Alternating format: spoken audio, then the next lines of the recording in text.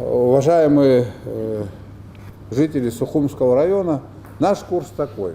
Мы будем с вами советоваться, будем принимать исключительно выгодные для нашего населения экономические решения. Выгодные решения. Да, не все сразу. Детский сад нужен. Он нужен был вчера.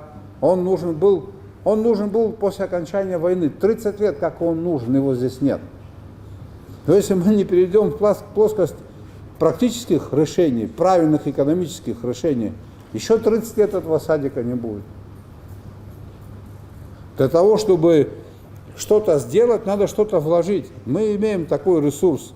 Мы являемся собственниками земли абхазской. Земля абхазская не продается. Она принадлежит абхазскому государству, населению. Ею можно только пользоваться. Ее никто с собой не может унести. Объекты, которые здесь будут построены с привлечением инвестиций, работать будут здесь.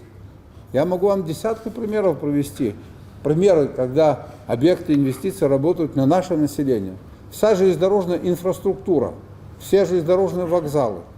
Это что, не пример тому, что советское государство в свое время вложилось в эти проекты, и это работает на нас.